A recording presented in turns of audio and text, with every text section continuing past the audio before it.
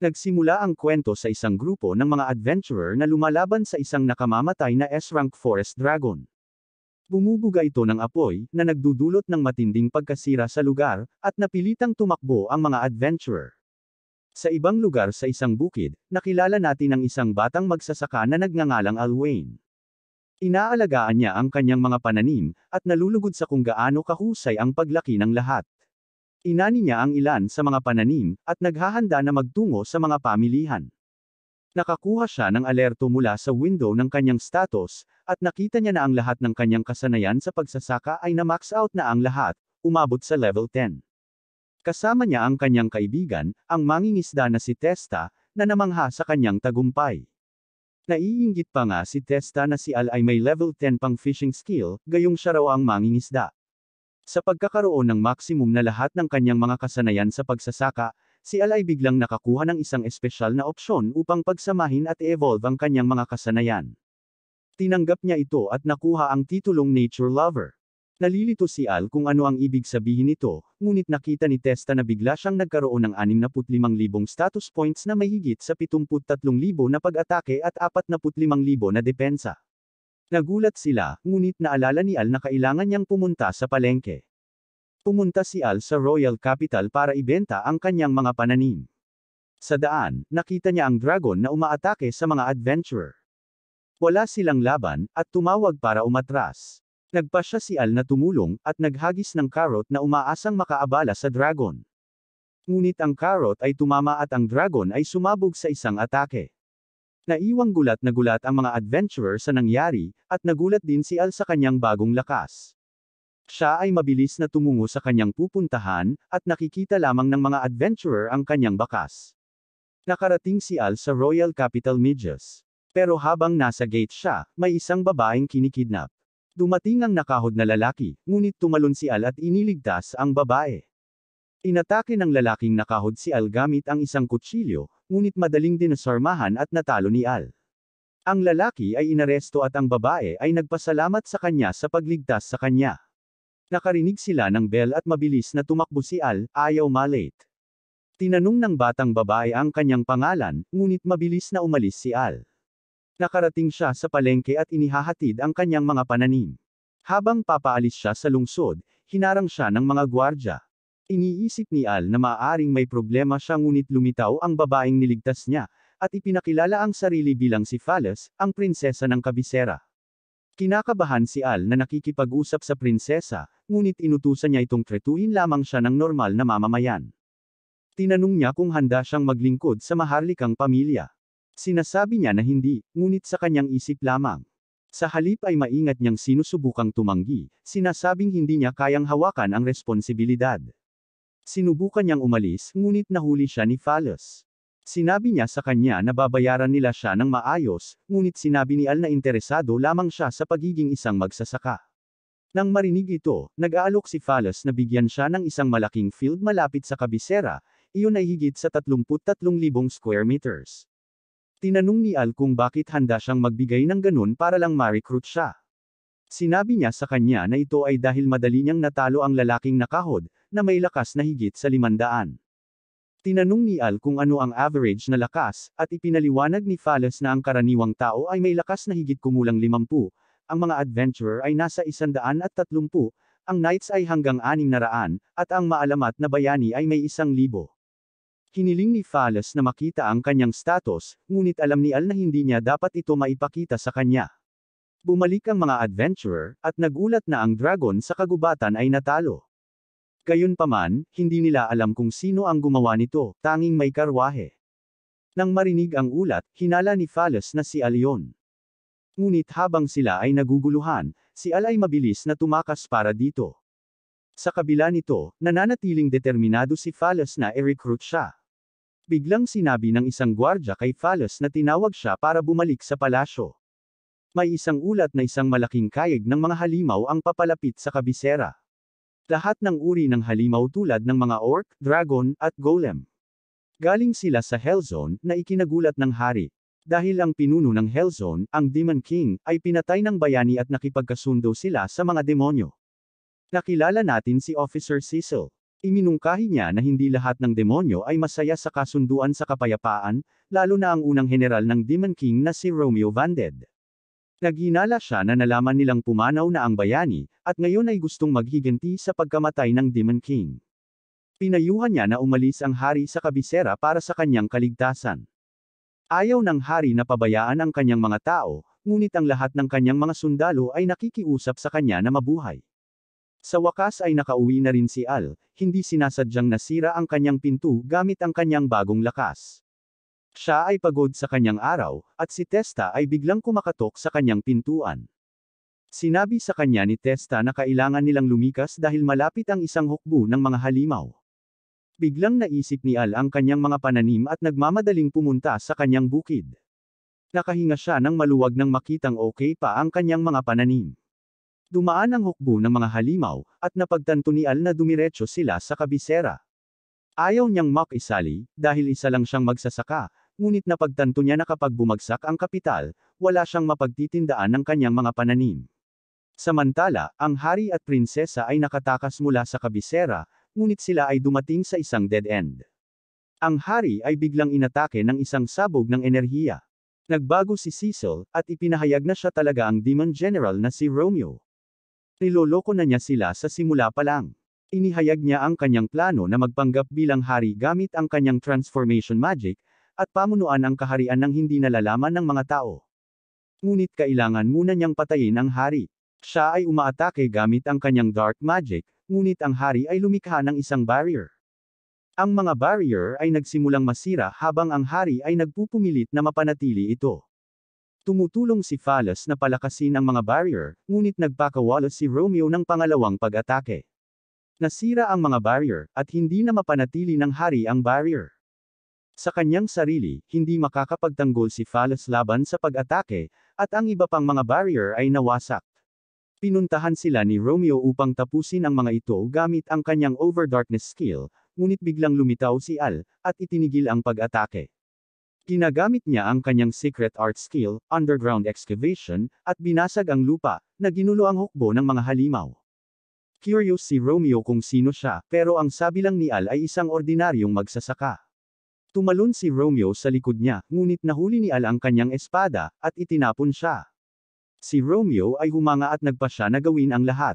Siya ay sumisipsip ng kapangyarihan mula sa mga kalapit na halimaw at nagbabago sa kanyang tunay na anyo.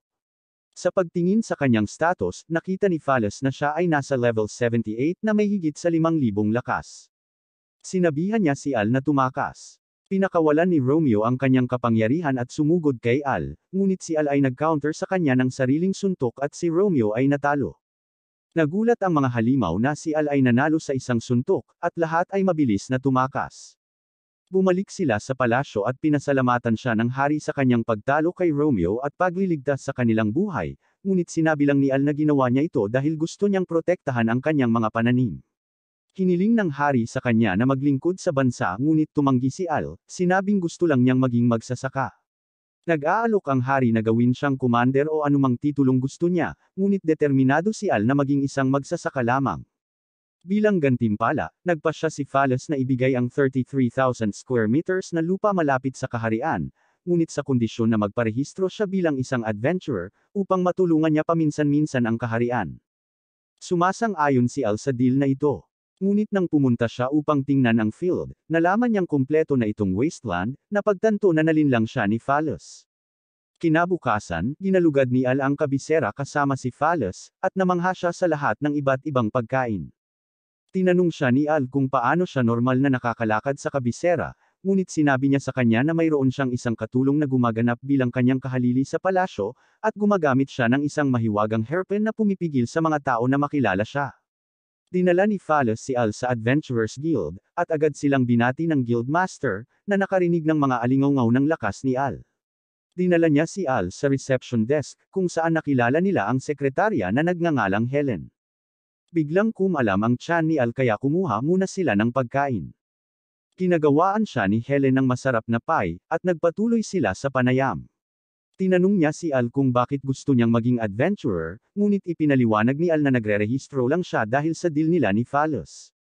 Biglang lumitaw ang mga adventurer mula sa nakaraang araw, na nagpapasalamat sa kanyang pagtalo sa S-rank dragon. Namangha ang lahat sa guild at nahihiya si Al. Ipinakilala ng mga adventurer ang kanilang sarili bilang sina Jake, Luke, at Lamia. Binabati nila siya ng swerte at sinabi sa kanya na dapat silang manghuli ng magkasama. Si Al ay napabuntong hininga, habang iniisip niyang hinihila siya palayo sa kanyang pagsasaka. Binanggit ni Al kay Helen, gusto niyang subukang gumawa ng quest, ngunit ipinaliwanag niya na ang mga adventurer ay nireranggo mula sa F-rank hanggang sa double S-rank. Dahil siya ay isang bagong adventurer, maaari lamang siyang kumuha ng mga madaling pakikipagsapalaran upang magsimula. Iminumungkahi niya na magsimula sa isang pakikipagsapalaran upang mangolekta ng 10 halamang gamot mula sa Grim Forest. Sinabi sa kanya ni Helen na dapat siyang kumuha ng ilang kagamitan dahil maaaring may mga halimaw, ngunit sinabi ni Al na siya ay masyadong mahirap para makabili. Nang marinig ito, ibinigay sa kanya ni Helen ang kanyang lumang balabal, na pinahusay ng mga mahiwagang depensa. Nag-aatubili si Al na tanggapin ito, ngunit iginiit at tinulungan siya ni Helen na isuot ito. Nasilaw si Helen, nang makita siyang nakasuot ng balabal, na tila nagpapaalala sa kanya ng isang tao. Binabati niya ang swerte niya, ngunit naiisip lamang ni Al ang kanyang buhay pagsasaka. Pumunta si Al sa kagubatan at nangongolekta ng mga halamang gamot. Habang siya ay nangongolekta, siya ay nakatagpo ng isang kakaibang black scale. Nagtataka siya kung anong halimaw ang maaaring naghulog nito, ngunit biglang nilapitan ng isang babaeng orc. Sumugod ito sa kanya, gustong magpalahi sa kanya, ngunit lumitaw si Jake at iniligtas siya. Ang orc ay natalo, at pinasalamatan siya ni Al sa kanyang tulong. Nagtatanong siya kung mas alam nila ang black scale. Nakarinig si Jake ng mga chismis tungkol sa isang itim na dragon, ngunit hindi ito naniniwala dahil ang mga itim na dragon ay naninirahan sa kabundukan at hindi sa mga kagubatan. Iminumungkahi ni Lamia na maaari niyang ibenta ito para sa isang disenteng halaga ng pera. Biglang may napakalaking aura na bumabalot sa kanila. Nanlamig sila sa takot nang may lumabas na itim na dragon. Ang dragon ay natatakpan ng kadiliman at lumakad sa kanila. Takot na takot si Al, ngunit nagawa niyang tingnan ang stats nito, para lamang mabigla sa napakalaking istatistika nito. May isang batang babae na tumatakbo palayo, ngunit nahuli, at nagising si Helen mula sa kanyang bangungot. Kinabukasan, napansin ng kanyang ina na hindi siya masyadong maayos. Sinabi sa kanya ni Helen na nakakaranas siya ng pagkawala ng memorya, hindi niya maalala ang kanyang ginawa pagkatapos ng trabaho noong nakaraang araw. Iminungkahi ng kanyang ina na siya ay labis na nagtatrabaho at dapat magkaroon ng ilang oras na pahinga. Bumalik si Al sa guild at may apurahang ulat. Nakipagkita sila sa guildmaster at iniulat ang kanilang pakikipagtagpo sa itim na dragon. Ayon kay Al, ito ay may lakas na mahigit 230,000.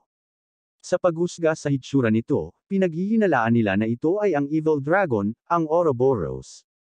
Taking gulat nila nang marinig ito, lalo na si Helen. Ipinakita sa kanila ni Al ang kaliskis na nakita niya, at si Helen ay natakot nang makita ito. May alaala siya sa kanyang kapatid na tumakas at pinatay ng dragon, ito ay sobra para sa kanya, at siya ay nahimatay. Naghintay si Al, nag-aalala tungkol kay Helen, ngunit sinabi sa kanya ng kanyang ina na magiging okay siya. Nakilala niya ang balabal na suot ni Al, at ipinaliwanag niya na siya talaga ang foster mother ni Helen. 15 taon na ang nakalilipas ay natagpuan niya si Helen sa tabi ng lawa na may balabal. Naalala niya ang kanyang pangalan, ngunit nawala ang lahat ng iba pa niyang alaala. Naghihinala siyang maaaring may koneksyon si Helen kay Ouroboros. Nang marinig ito, determinado si Al na tumulong. Tumungo siya sa library upang matuto pa, ngunit nabigo siyang makahanap ng anumang mga pahiwatig.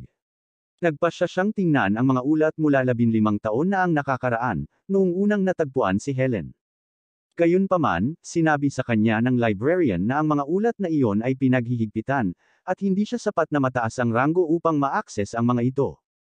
Sinubukan ni Al na magmakaawa, ngunit tinalikuran siya nito. Biglang sumulpat si Phallus na ikinagulat ng librarian. Ginagamit niya ang kanyang posisyon bilang prinsesa para tulungan si Al na makakuha ng access sa mga talaan. Dinala sila sa restricted area, at tinitingnan nila ang mga record ng pinsala para sa nayon kung saan natagpuan si Helen. Nalaman ni Al na 15 taon na ang nakalilipas, ang Honoru Village ay ganap na nawasak, at may mga itim na kaliskis na natagpuan din doon. Gayunpaman, ang insidenteng ito ay tinakpan, dahil ang evil dragon ay dapat napatay na, ngunit kung ito ay nabuhay muli, Nangangahulugan ito na ang buong mundo ay nasa panganib. Kinabukasan, tumungo ang dalawa sa Hanaru Village para tingnan ito. Natagpuan nila ito sa isang ganap na nawasak na estado. Habang nag-i-explore sila, biglang may narinig si Al na boses. Sinundan niya ang tinig at dumating sila sa isang libingan, at lumitaw ang isang batang lalaki, nakasuot ng parehong balabal. Nalilito si Phallus kung sino ang kausap ni Al, dahil hindi niya ito nakikita o naririnig. Napagtanto ni Al na isa siyang multo, at ipinakilala ng bata ang kanyang sarili bilang si Lei. Ang bata ay natutuwa na makahanap ng isang tao na sa wakas ay makakakita sa kanya, at napansin na si Al ay nakasuot ng parehong balabal na gaya niya. Binanggit ni Al kung paano niya ito nakuha kay Helen, at natutuwa si Lei na marinig din siya, na inihayag na siya ay kanyang kapatid. Binanggit niya kung paano ang balabal ay regalo mula sa kanyang ama, at mahiwagang enchanted. Isinuot ni Al ang balabal kay Phallus dahilan para matarante siya sa pamumula, sa sobrang lapit kay Al. Gayunpaman, hinahayaan niyang makita niya si Lei, at nabigla siya sa kanyang makamulto na hitsura. Patuloy na ipinaliwanag ni Lei na si Helen ang tanging nakaligtas sa nayon, at sinabing nasa panganib siya. May flashback sa 15 years ago. Tinawag ni Helen si Lei para sa tanghalian habang siya ay nagsasanay gamit ang isang espada, ngunit napatid at nahulog. Nag-aalala si Helen para sa kanya, ngunit nais ni Lei na maging isang mandirigma. Biglang pumasok ang maitim na ulap, at umuulan ng apoy mula sa langit. Nagmamadali silang bumalik sa nayon, at nakita nila itong nasusunog at nawasak. Lumapag ang itim na dragon, naglalabas ng nakakatakot na dagandong. Isang batang lalaki ang tumayo at binato ito ng bato. Ang dragon ay nakakapagsalita, at nakakapanghinayang na ang bata ay maaaring tumayo sa kanya. Kinakain ng dragon ang kanilang takot, at sinisira ang sinumang may pag-asa. Ibinuka nito ang kanyang bibig, nag-iipon ng madilim na enerhiya habang ang bata ay natakot. Nagmamasid sina Helen at Lei mula sa malayo, ngunit alam nilang wala silang magagawa. Nagpasya sila na ang tanging pagpipilian nila ay tumakbo, kaya mabilis silang umalis sa nayon. Ngunit habang tumatakbo sila, lumilipad ang dragon sa itaas, at nahanap sila. Mabilis silang tumakbo sa kabilang direksyon, ngunit ang dragon ay lumilipad sa likod nila, humihinga ng apoy. Natutuwa ang dragon na makita silang tumatakbo sa takot. Napagod si Helen at natamba. Sinabi niya kay Lei na magpatuloy nang wala siya, at ang dragon ay dumapo sa likuran niya. Naghahanda ang dragon na lamunin ang kanyang kaluluwa, ngunit nataman ito sa mata, habang hinahagis ni Lei ang kanyang espada. Sinabihan niya si Helen na tumakbo, ngunit nahulog ang espada, at ang mata nito ay agad na muling nabuo. Ngunit ibinaling ng dragon ang atensyon kay Lei, nagpasya na kainin muna siya. Sinugod nito si Lei, at ibinaon sa kanya ang mga ngipin nito. Si Helen ay sumugod sa kanyang kapatid, at ang dragon ay nalulugod sa kanyang kawalan ng pag-asa habang ito ay nagpapalakas sa kanya. Nagpasya ang dragon na hayaang mabuhay si Helen, ngunit nanumpa na babalik pagkatapos ng 15 taon upang sirain muli ang kanyang tahanan, na nagdulot sa kanya ng higit pang emosyonal na pinsala, at pagkatapos ay kumakain sa kanyang kaluluwa. Nanumpa si Lei na protektahan si Helen kahit sa kamatayan, at nang marinig ito, nagpasya ang dragon na itali ang kanyang kaluluwa sa lugar, upang masaksihan niya ang kanyang malungkot na kapalaran. Pagkatapos nito, nawala ang dragon, at nawala si Lei. Sa kasalukuyan, ipinaliwanag ni Lei na ang dragon ay laging nag-iiwan ng isang nakaligtas, upang maipalaganap nila ang kwento at lumikha ng higit pang takot. At kapag nagising ito, hahabulin nito ang taong iyon at uulitin ang cycle. Nakiusap si Lei kay Al na tulungang protektahan si Helen, ngunit sinabi niya na ang dragon ay masyadong malakas. Ngunit binanggit ni Lei kung paano kinain lamang ng dragon ang kanyang kaluluwa nang siya ay nawalan ng pag-asa. Naniniwala siya na magagamit nila ang kapangyarihang kabaligtaran ng kawalan ng pag-asa para mabawasan ang kapangyarihan ng dragon. Hiniling ni Lei kay Al na tulungan siyang magpasa ng mensahe sa kanyang kapatid, at mabilis na umalis si Al, bitbit si Phallus habang tumatakbo siya. Sila ay nagmamadali dahil ngayon ay eksaktong 15 taon pagkatapos ng nakaraang pag-atake ng dragon. Napahiya si Phallus, dinadala na parang sako at hiniling na buhatin siya sa kanyang mga bisig. Pero sabi niya ito ang pinakamabilis na paraan ng pagtakbo na natutunan niya bilang isang magsasaka. Bumalik sila sa lungsod, at sa kabutihang palad ay hindi pa lumilitaw ang dragon. Tinawag ni Phallus si Al na isang halimaw, dahil sa pagtrato sa kanya sa ganoong paraan, ngunit nagulat din siya sa kanyang napakalawak na stamina. Magkahiwalay ang lakad ng dalawa, habang hinahanap ni Al si Helen, at inihahanda ni Phalos ang mga bantay. Bumalik sa guild, pinuntahan siya ng ina ni Helen, ngunit nalaman niyang nawawala siya sa kanyang silid. Si Helen ay naglalakad mag-isa sa kagubatan, at hindi nagtagal ay lumitaw ang itim na dragon sa kanyang harapan. Binati siya nito pagkatapos ng 15 taon, at nagsimulang bumalik ang mga nawalang alaala ni Helen. Naalala niya na kasalanan niya kung bakit namatay ang kapatid niya. Ipinaalala ng dragon sa kanya kung paano nakatakas sana ang kanyang kapatid kung hindi dahil sa kanya. Sinasabi nito na dahil sa kanya, ang lahat ng mga tao sa lungsod ay malapit ng mamatay. Nakikiusap si Helen na huwag nitong salakayin ang lungsod, kahit na mag-alay ng sarili niyang buhay, ngunit walang intensyon ng dragon na buhayin ang sinuman. Nawalan ng pag-asa si Helen at naghahanda na wakasan ang kanyang buhay, ngunit dumating si Al sa kanya sa tamang oras at pinigilan siya. Natauhan si Helen, ngunit sinalakay ng dragon si Al, pinatalsik siya. Nakaligtas si Al, salamat sa proteksyon ng kanyang balabal. Nagulat ang dragon na maaaring makaligtas ang isang tao sa kanyang pag-atake, ngunit sinabi ni Al na hindi lang siya tao, isa siyang magsasaka. Sinabihan siya ni Helen na tumakas, ngunit sinuntok ni Al ang dragon, sinuntok ito sa kanyang mukha. Sinabi ni Al kay Helen na huwag mag-alala, at nagulat ang dragon na nagawang saktan siya ng isang tao. Gusto ng dragon na makita si Al na mawala ng pag-asa, at nagsimulang maglaban ang dalawa. Sinusugod siya ng dragon, umaatake gamit ang kuko nito at nagpupumilit si Al na ipagtanggol ang sarili. Isa pang suntok ang ginawa ni Al, ngunit pinakawalan ng dragon ang mapangwasak nitong apoy sa kanya. Tinalikuran si Al, at sinabihan siya ni Helen na iwan siya, ayaw nang may mamatay pang tao dahil sa kanya, ngunit sinabi sa kanya ni Al na hindi niya kasalanan. Ikinwento niya sa kanya kung paano niya nakilala ang kanyang kapatid. Alam ng kapatid niya na sisisihin niya ang sarili niya kapag nanambalik ang alaala niya, kaya sinabi niya kay Al na sabihin sa kanya na hindi niya sinisisi ang pagkamatay nito. Ipinagmamalaki niya na pinrotektahan niya ang kanyang kapatid, at sinabihan itong mamuhay ng masaya para sa kanilang dalawa. Binibigyan siya ni Al ng pag-asa, at ang kapangyarihan ng dragon ay nagsimulang lumiit. Ang dragon ay nagmumura kay Al at sumisid sa kanila, ngunit nagtagumpay si Al sa hamina na dragon, tinalo ito ng isang suntok. Sa wakas ay nakapagpahinga na rin si Al. Ngunit noong natalo niya ang dragon, bigla siyang sinaksak ni Helen. Si Al ay nalilito, at sinubukang kumuha ng isang potion, ngunit nagpupumiglas at ibinagsak ito. Muli siyang inatake ni Helen, at halos hindi umiwas si Al. Sinubukan ni Al na tanungin siya kung ano ang nangyayari, ngunit sinusugod ni Helen para tapusin siya. Ngunit biglang may hamarang na pakpak. Lumilitaw ang banal na Dragon Mirage, at inihayag na si Helen ay inaalihan ng Evil Dragon. Pinagaling ng banal na dragon si Al, at ipinahiram sa kanya ang kanyang kapangyarihan, ngunit nauwi sa pagbagsak bilang isang resulta. Sinabi niya kay Al na binigyan niya siya ng kapangyarihan upang dalisean ang itim na dragon at iligtas si Helen. Tumawa ang Evil Dragon sa pag-aakalang si Al ay hindi mangangarap na saktan ang katawan ni Helen, ngunit agad siyang sinuntok ni Al. Nagulat ang dragon, at nakikita ni Al sa mga mata ni Helen na gusto niyang pigilan siya nito. Tila bumalik si Helen sa sarili, ngunit habang tinutulungan siya ni Al, hinawakan niya ito at ang kaluluwa ng Evil Dragon ay sumabog at sumisid kay Al, sinusubukang angkinan siya. Ipinahayag niya ang kanyang tagumpay, ngunit may problema. Sa loob ng puso ni Al, pagsasaka lang ang mayroon. Laking gulat niya na walang iba kundi ang magtanim at mag-ani ng mga pananim. Wala siyang magagawang sirain, at siya ay tinanggihan mula sa katawan ni Al.